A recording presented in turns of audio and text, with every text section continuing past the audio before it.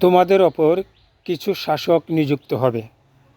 তাদের কিছু কাজ তোমরা পছন্দ করবে, কিছু কাজ অপছন্দ করবে।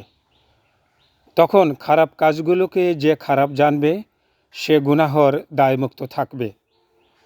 যারা খারাপ কাজের বিরুদ্ধে জনমত গড়ে তুলবে তারা জবাবদিহিতা থেকে পুরোপুরি মুক্ত থাকবে।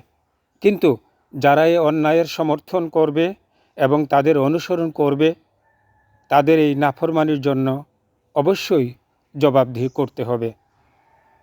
সাহাবীরা তখন জিজ্ঞেস করলেন, হে আল্লাহর রাসূল, আমরা কি তখন তাদের বিরুদ্ধে অস্ত্র ধারণ করব?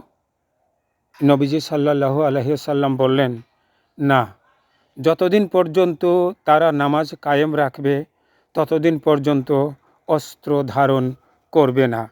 উম্মে সালমা রাদিয়াল্লাহু তাআলা আনহু, মুসলিম, তিরমিজি।